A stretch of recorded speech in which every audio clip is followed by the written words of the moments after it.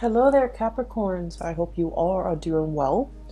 I feel like for many of you, releasing old demons, releasing old karma, and walking into a new phase in your life, starting something over, starting something new. I feel like those energies are very indicative in this card, okay? So, it's going to be a really, really good month, and I feel like you're getting some type of revelation. You're getting some type of you can call it psychic hits, if you will. What I feel is like revelations, premonition, or even uh, um, a holistic understanding of a situation and knowing how it has affected you in the past so that you can vow to yourself to not let it affect you in the future. So I feel like this spread is bringing about a breath of fresh air for many, many, many of you, okay? Um, when I was shuffling out this card, this spread, what I saw was I saw like a scarecrow. I saw a scarecrow. So there's this road, right? And there's this big mansion. It's like a white marbled mansion, really beautiful place. And then this scarecrow, he's got like a little bag on a stick, very similar to this. And he's walking away from the mansion towards the road. He's got like a smile on his face. And you can see his clothes are in tather. He's got pieces of hay. And he's also like, he's got like those strings that have been cut, like marionette strings, you know, like a puppet on a string, but they've been cut, which allows him to kind of move away from the mansion where he's been sequestering himself, or he was either forced to work for somebody under somebody else's mandates. And he felt like he didn't have a sense of agency, but now that those strings are all cut, he's starting on a new path in his life where he has like total freedom to, you know, exercise his free will to do whatever he wants. And he has like total control and that sense of agency about his future. Okay, so I feel like it's a very powerful moment and imagery, mainly because it signals, you know, how you guys, your card is the devil, right? And the devil is being tied to situations, being stuck in a prison of our own making, or being stuck in a situation where we can't really see the way out. However, this is like running counter to that because it indicates you're finally free from a burdensome situation. You're finally walking down a new path and you're finally happy. Like, I'm very drawn to that smile on his face as he's going about his own way and, you know, feeling that sense of freedom for the very first time. The key words I'm getting from that imagery is like indenture servitude. I'm getting as well, you know, revelation. I'm getting as well freedom overall. Um, and I'm drawn to use imagery and even words that are indicative of of a situation that could be, it might seem a little bit archaic, these terms, but I feel like, you know, they're coming up for a reason, so I'm going to use them. I feel like there's a regime change, okay? Moving from one very, very oppressive regime, or like getting out from under a very oppressive situation and then charting a new territory. And the reason why I say this is we have here the Hierophant. This is like a situation where somebody has to give a part of their harvest, a part of themselves, a part of whatever money they make, paying tribute to somebody who has that sense of entitlement. Like, you know, they're either ruling over you and they're like, okay, you have to do it this way and only exactly this way. Or you have to, you know, on a monthly basis or on a yearly basis, pay your tribute to another person. And that was just the way things were. That was like the rule of the land, or that was like the law of the land. And no one dared to question it, okay? So like somebody's taking, I feel like, either your energy, your financial resources, and you felt like this was the only way to do things, okay? You never questioned the established order. The Hierophant is greatly about institutions, long-standing institutions that have been in place for a very, very long time. They're very rigid, very resistant to change, and because they've been around for so long, they might not be relevant in present time, but people don't question it because it's thought of as, this is the way things are, and this is the way we've been doing them for hundreds and hundreds of years, and this is the way things are going to be. So no one dare to really question it, okay? But it creates, I feel, a very oppressive atmosphere, and it creates almost like an unfair sense of balance when it comes to I almost feel like the poor giving to the rich. And I almost feel like, whoever's on top is exploiting the situation and exploiting the fact that others have to pay homage or have to pay tribute out of their own pockets in order to gratify somebody else on top. And so it creates a situation where things are very, very unbalanced. And if we're not talking about this in terms of, financial resources, we're talking about energy. We're talking about, spiritually, you're very drained, okay? This was a very oppressive system. Whoever is writing you, whoever is like ordering you around, or I also feel like whoever has been, I'm sensing, you're working under even. And then I'm also sensing as well family obligations, okay? I'm also sensing like expectations from people just because by virtue of being your family, they feel like they have the right to, dip into your financial resources. So I definitely feel in a way you guys might have been subsidizing a situation that really drained you financially, emotionally, spiritually. You were not happy. You were not happy. And you were trying to find a way out, okay? How do I maintain this? So if we're looking at, this is the Four of Pentacles. If we're looking at it in the traditional Rider-Waite deck, it's the guy holding the pentacles, one on his head, two on the floor, and then two on his hands, right? He's grasping and trying to protect everything that is his. And he's looking at this mountain and he's like, I want to get on top of that mountain, but at the same time, I want to carry all of these resources with me. I want to carry all of these things that matter to me with me. How do I do that without, how do I successfully do that? Because if you look at all that overgrowth, right, and if you're trekking through the forest trying to get to the mountaintop, you're going to need your hands and your feet to be free so that you can pull yourself up if you happen to fall, so that you can grasp at branches and trees to kind of like help you hoist yourself up to the top of the mountain. And you're not able to do that because you're holding on to earthly things. And I feel like this is a situation you've been pondering for quite some time. I want to get on top of the mountain, and what is really holding me back? What is really preventing me from making that move? What is really stopping me from taking that first step? So you've been thinking about this for a long while, trying to trek to the mountain, but you're not really making any strides. And I feel like what's preventing you, or what's really hindering your path, was this. This is the Nine of Swords, okay? This is sleepless nights. Getting nightmares, overthinking, overanalyzing situations. But I also think of this card as like constantly thinking about worst case scenario, dwelling on the negatives, and the negative thought patterns. A lot of the times they turn into self-fulfilling prophecy. Okay, so it's sort of like you're in your head thinking about, how do I successfully get on top of that mountain? And rather than thinking about and focusing on logically, step one, I need to do this. Step two, I need to do that. Step three, I need to, formulate some type of plan. And I feel like for many of you, this process, this is like a lot of thoughts, okay? Each sword stands for like a mental thought. And I feel like for many of you, you've been mired in this situation where your demons are getting the best of you. You're thinking about problems rather than separating. Each problem exists in its own little bubble. But rather than thinking, some of these problems are outside of my control, some of them are not, and the ones that are not outside of my control, I really should focus on that. I feel like you're conflating, or you're mixing all these problems together, and they become this really embedded, right? This sense of embeddedness,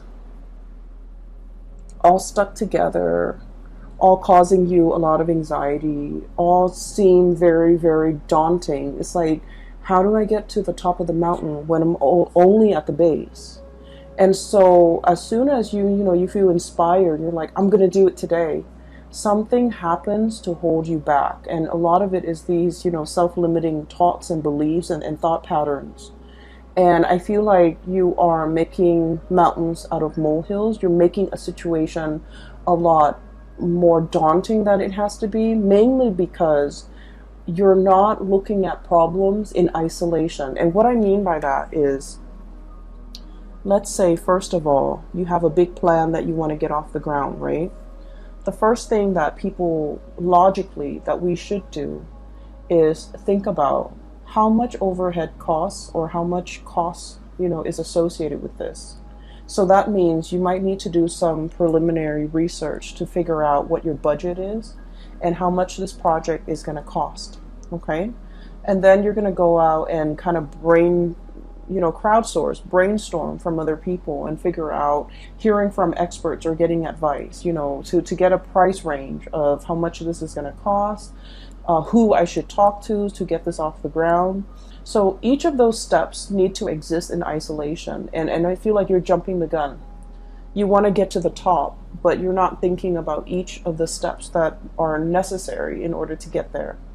So I feel for some of you, there's a situation here that it seems like it's running ahead of you, and it's like the longer you wait, the further and further and further away it is from you. It's almost like you're losing your grasp. You can't really get it back. You can't really draw it back into your orbit because it's distancing itself. Okay. So I also feel like for some of you, this is a person, okay, who might be distancing themselves. And I also feel like there's a lot of guilt associated with the relationship between you and this person. For some of you, it could be a family relationship. For others, it could be like a love type of a relationship. And I feel like it's escaping your grasp. And I also feel there's a lot of guilt associated with it. Like, I should have done things differently. I should have told them how I felt. I should have, I should have given them the time of day, or I should have, done things just differently. I should have invested more time, more emotions into that. I should have let them know how I feel. I should have been upfront and honest with them. And I feel like, they're escaping your orbit. Okay. So I definitely feel like there's some guilt associated with it. Going back to your main storyline, what I do sense here is there is a huge, this is like impetus, this is drive, ambition. Okay, we have here the King of Wands, and this usually indicates somebody who's like in charge of their domain. He's scanning the horizon, looking out at the abundance that he has created for not only his empire, for himself, but for all the people that he rules. Okay, this is someone who's very, very responsible. The way I'm reading this energy is that you're in a great, powerful position of leadership, okay? You care about the people that have been very loyal to you. You care about their well-being. And I feel like it's almost like ruling with a very benevolent hand, okay? Understanding that I'm not going to exploit this power differential. If you do well, I do well, and our kingdom is going to do well. So understanding that even if others pay tribute to you, you can't exploit that relationship. You can't exploit the power differential to keep them oppressed. You have to kind of like take care of the people that are under you. And I feel like many of you, you're coming into a profound sense of, it's like understanding how power needs to be controlled. There was a situation here where someone in a position of power was very tyrannical, controlling, and exploited that power of position. And we're shifting away from that into a new way of doing, like a paradigm shift, where someone in a position of power is very benevolent, okay? They can be hard if they want to, because the King of Wands is very much authoritative. Okay, but this person is also very paternal. They take care of people. They're very loyal to their subjects. And because of that, they garner a lot of respect and trust from their subjects. They're seen as someone who is not afraid to get their hands dirty if push comes to shove. And they're seen as someone who, is constantly very vigilant, sees all, resolves problems, and really, really care about the well-being of other people. So I feel like you're understanding how power is to be used rather than abused. You're understanding as well that, taking care of the people that matter to you, or the people that have been very, very loyal to you, treasuring, valuing, and being available to those people means a lot more to you now. And what's on top of this card here is the Six of Pentacles. And the Six of Pentacles this is a major, major card about karma, okay? This is a situation where the poor is paying tribute to the rich to the point where they're financially, emotionally depleted, okay? Giving to a situation where you're no longer taking care of yourself. You're just going to work. You're just getting through life in order to have the resources to pay that tribute. And now we're coming into this sense of like total rebalancing of karma, the karmic scale. Things being done the right way, okay? This is like giving back to the community, giving back to others, giving to others who are less fortunate. And this is also, it comes with a paradigm shift where we're understanding the importance and the necessity of, being a benevolent ruler. You can still rule with an iron fist, but you can still be loving and warm and gentle and benevolent. And you can also, give back to the people, especially that really need it. For many of you, I'm seeing major career changes here. Some of you might be in that corporate environment and you're just like, no, this is too taxing, too stale. I'm already at the top and I don't like the vibe. I don't like the atmosphere. I don't like the environment where it's like a social, like the climbing that corporate ladder, getting yourself to the top. And once you've made it to the top and you have this bird's eye view and you're just like, this is not really jiving with me. This is not where I want to be. And this is not something that I want to do long term. And so I'm seeing a major career path, a major shift where you are possibly working more at the grassroots level and thinking about what you need to do long term and what you need to kind of, what you need ultimately to be happy. And so I'm seeing some of you thinking about a major change in your career, a major shift of focus when it comes to like how do you yield power, how a good leader is supposed to rule, how to be a good supervisor, how to be a good leader, how to, inspire others rather than like oppress others. Okay, so this is really cool. Capricorns are oftentimes like seen as people who are like who are very like career ladder oriented, and they're seen as people who will throw other people under the bus. And I've heard this, okay, and this is not something that I believe about you guys, Capricorn, but I feel like in the spirit of, ambition, like in the pursuit for power and wealth and prestige, we're all capable of throwing other under the bus in order to get what we want. And I feel like, being that goat on the crevices of mountains, and you never falter. You jump from one small crevice to the next and you always land on your feet, and you know how to do it well. You know how to do it very, very stealthily and very, successfully. But I feel like once you get to the top of the mountain, you're just like, oh, that's it, I'm already here. And you're looking for the next mountain to conquer. And I feel like there needs to be a little bit of a paradigm shift regarding, what is the ultimate end goal? Is it just to prove to myself that I can conquer mountain after mountain? Or is it, or should there be more of a humanitarian slant to the work that I'm doing? Trying to help others, trying to, once you're on top of that mountain, I feel like you're in the best position to tell other people what the view from that mountain looks like, okay? And you're able to tell others, I've been there and here's what I learned. And here is how you can, get there because I've been there.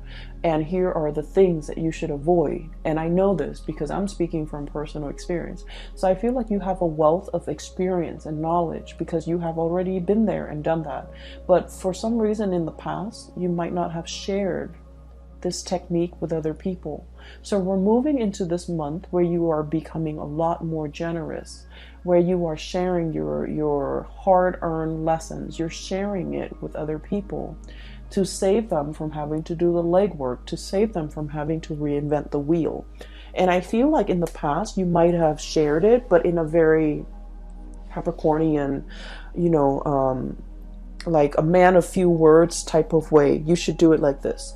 But I feel like you have to soften that approach a little bit and tell others, hey, I'm telling you to do this because I've done it, okay? I've been there. I've done everything that you have done and it didn't really work out. And here are the reasons why. And I've done it this other way and it worked out in half the time. And so framing it like that to allow others to understand that you're not just speaking from, you're not just talking to talk. You're talking with skills and expertise and years of experience backing up everything that you say. And I feel like that's going to save somebody, a lot of legwork. They don't have to reinvent the wheels. They can work off of what you're working off of, okay? I do feel for many of you, there is a situation here in your life, a very long-standing relationship that might have gone a little bit sour, okay? And we have a situation here where there was a vow, there was a promise, okay?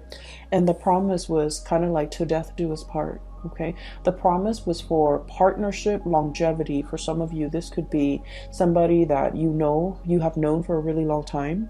They know your family. You've took them around to introduce them to your family. They've taken you around to introduce you to their family, vice versa. This is a partnership where two people might have known each other since childhood. There is a tremendous degree of like trust, okay? You know this person inside and out, and you trust this person wholeheartedly. They likewise know you inside and out. And then I also feel like there's a immense sense of like trust, love, respect, and the whole 9 yards, like that whole ball of it's like all the reasons that you have for caring about this person, for trusting them, everything is so like embedded, okay? Like the shared experience, the shared ambition, the shared dreams. Like the two of you feel almost as if you have been through so much together. There might have been a recent breach in trust. There might have been a situation where I feel, Capricorn, somebody is either living with a lot of guilt. It could be you, it could be them, over something that was done, okay?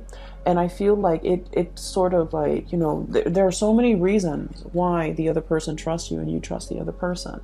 But at the same time, one unexpected move, one action that is done out of character can really make you or the other person distrust the future, the viability, and the continuity of this friendship, this business relationship, or this relationship.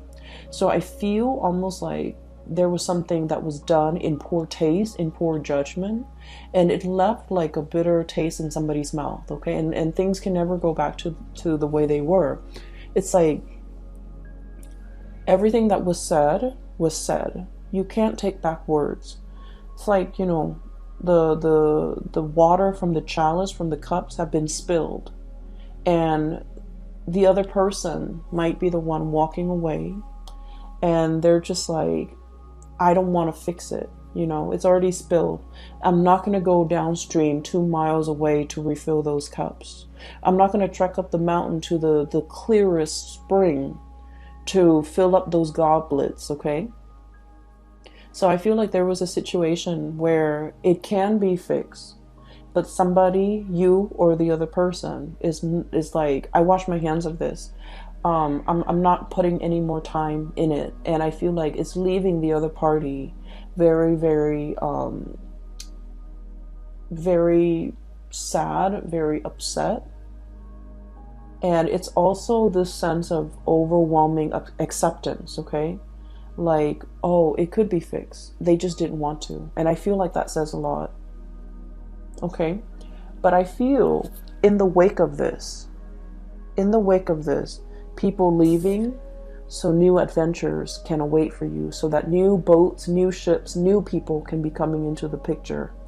And so while this has happened, and it's not something that you want to happen because you guys are very, very, I almost feel like you're scorpionic in the way that you value relationships, especially relationships with people that you have known your whole life, okay? You are a clinger as well to friends, lovers, past relationships where you really, really know the other person, okay? That sense of like being comfortable with the familiar, okay? I feel like a lot of people are in general, but I feel like it's more so with Scorpios. I feel like Scorpios, Leo, Cancers. And then I'm seeing that here with you guys.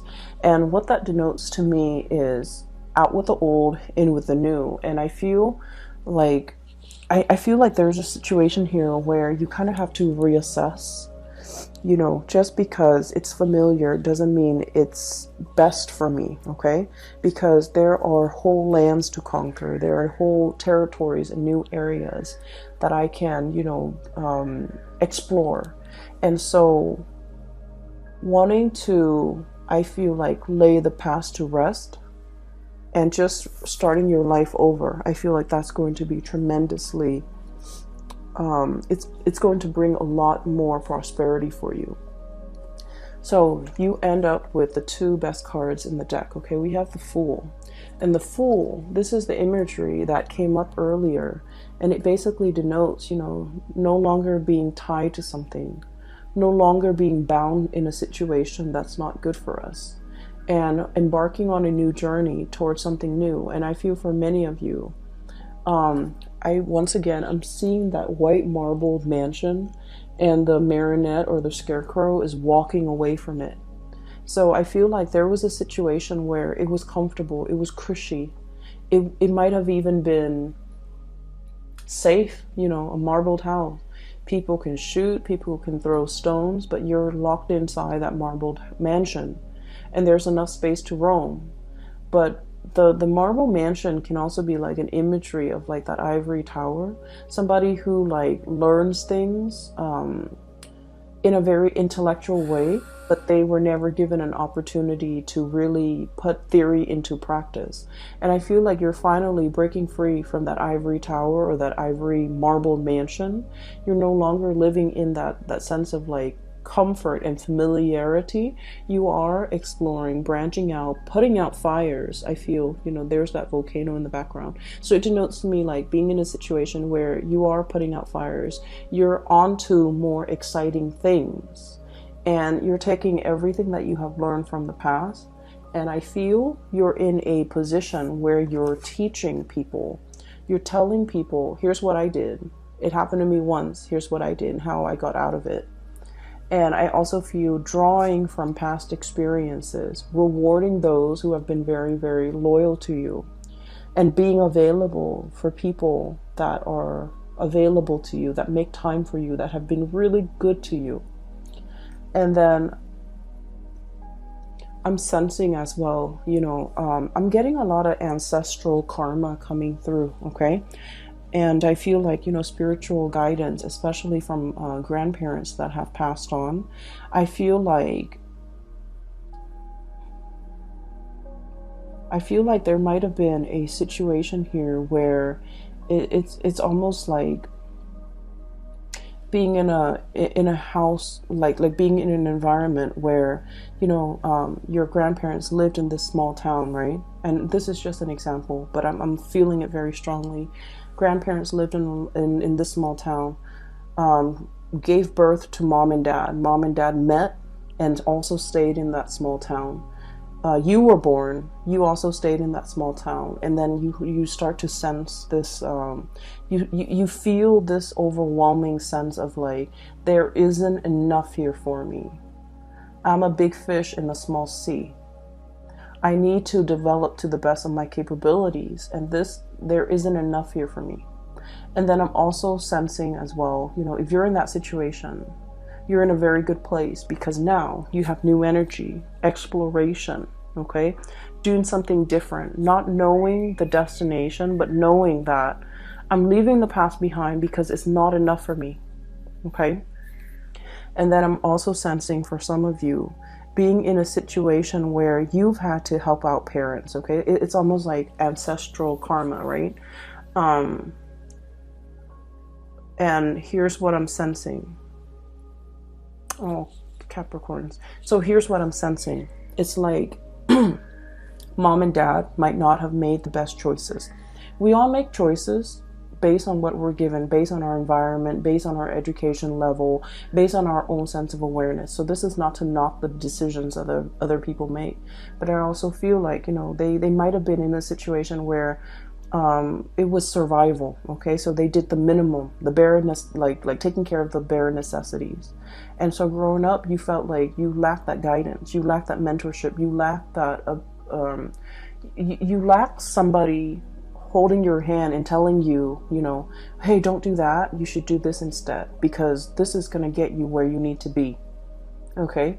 And I'm seeing, people like, whose parents were, for example, college educated, they can walk their children through the college process. So for example, you have to take the ACT, you have to take the SATs, you have to do that by your junior year, so that by your senior year, you have to load up on all these college prep classes, so that colleges will look more favorably upon you, and you have to do extracurricular activities. You should also enroll in, extracurricular activities outside of class. So like that guidance, I feel like some of you guys didn't have that. And by the sweat of your brows, the calluses on your fingers, you've had to go about it on your own. You didn't have the guidance. You didn't have the hand holding. And so you were in survival mode. You fought your way, and you've had to do it on your own. And I feel like along the way, it's made you really strong, but I feel it might have made you a little bit callous, okay? Kind of like, oh, well, I did this, so everyone needs to be able to do it too, right? And so I'm sensing here, there's a sense of like a paradigm shift, okay? The people that have the privilege, either through parents, through proper guidance, or through the sweat of their brows, whoever makes it up first to the top of the mountain is obligated, no matter how they got there. Whoever makes it there first is obligated to give advice, give guidance to others. Here's how you do it, and here's what I did, and here's what I did that worked, here's what I did that failed, okay? So I feel like it doesn't matter how you got there. Whoever gets there first needs to kind of like pay it forward by giving other people, the lay of the land, pretty much telling people what they should do. So I'm sensing here a big spiritual karmic energy. It could be ancestral karma that needs to be broken. It could also be, a paradigm shift where we're not doing what we did before. We're opting for a new path, a new way of doing. Because what we did before, it worked for us, but it also made us a little bit calloused. And we don't want that, okay? And then I'm also sensing we have this tremendous sense of like breath of fresh air, his hair is blowing in the wind. He's a leader. There's a whole caravan of people following his lead because they trust him. And so you're thrust in this position where you're going to be exalted. You're in a position where people trust you. They value your, and he's leading them. He's leading the whole, Oregon Trail, whatever you call it. He's leading the whole exodus into this new land, right? But look at the way he's dressed. He's not like a king. He's not a ruler. He's not a tyrant. He's not like an emperor. He's dressed like the regular layperson. And there's a sense of humility associated with it, okay? It's like being one with the people in order for them to accept you. And you know, this is not about proving anything to anybody. This is just like living a very, very humble life, knowing your roots, knowing where you come from, knowing the struggles of other people so that you can adequately lead them in the right direction. So I feel like there's a shepherd energy about you guys for this month of October. And I feel that you are going to be tremendously successful for many of you who are changing a career path, who are going in a different direction. I feel for many of you, there was a situation where I feel like there's like social or family expectations. They wanted you to do something and that's not your thing. You're turning your back and you're walking your own path and you're going to be amazingly happy. And then I'm also sensing as well, you know, there definitely is a relationship here that needs to be kind of like laid to rest. Okay, too much has been said. And I definitely feel maybe it's the other party. I don't want to work on this anymore. I'm not going to go, you know, downstream to fetch the water to fill those cups. Okay, or I'm not going to go up the mountain to that crystal spring to fill the chalices. I'm just not going to do that. And so everyone has their own free will, and we can't really, you know, infringe upon other people's free will. If that's their decision, if they've already made it clear, I feel like you have to kind of like live in the moment and just realize that in the past they made these promises, but now they're reneging on the promises, and you just have to kind of like accept it at face value. That's what I'm sensing here for you. Okay, so Capricorns, I'm so glad to get in touch with you again, and I hope you guys are doing well. The Saturn experience, you are in the thick of it, and I feel like a lot of it has to do with releasing. Okay, so Saturn is a karmic teacher. It taught us, well, it has taught you guys, but it's supposed to teach us during the Saturn transit. It's supposed to teach us areas that we need to grow in, areas that we need to mature in. And it's also like a situation where responsibilities seem like they're piling on top of you, right? Financial drains for some of you, responsibilities. And we have to be strategic about who we give our time and resources and energies to, because ultimately Saturn teaches us that it teaches us our limitations. It teaches us that we are only humans. It teaches us that, you know, no matter what position we're in, we're made of flesh and blood. We can't stretch ourselves too thin. We can't pretend like we're God.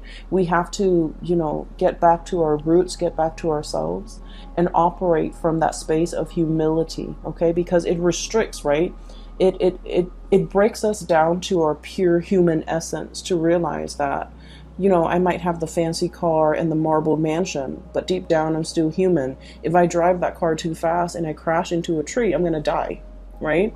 And then it also teaches us too that, you know, I might have like $5 in the bank and I might have like, you know, a decrepit home, but deep down I'm human. I still have my dignity, so I'm going to walk with my head up high. So it breaks down these false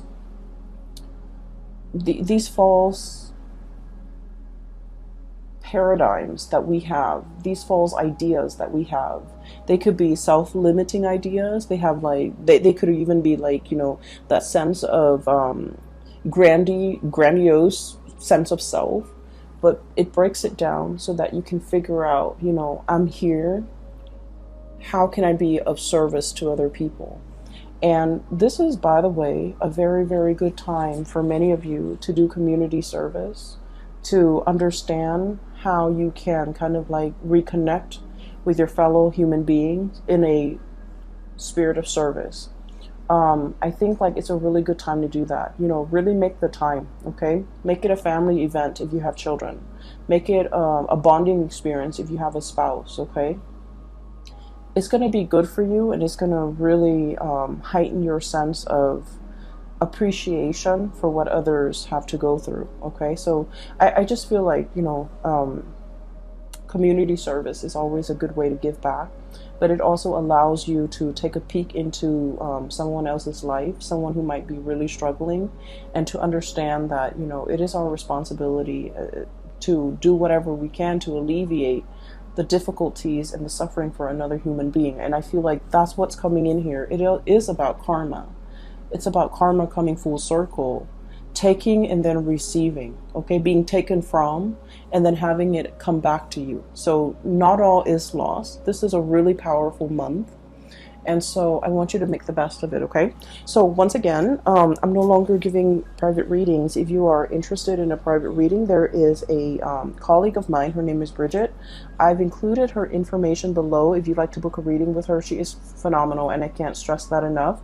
I wish you all the best, okay? And I'll talk to you guys soon. Take care of yourself and have a wonderful rest of September and October 2019. Bye-bye.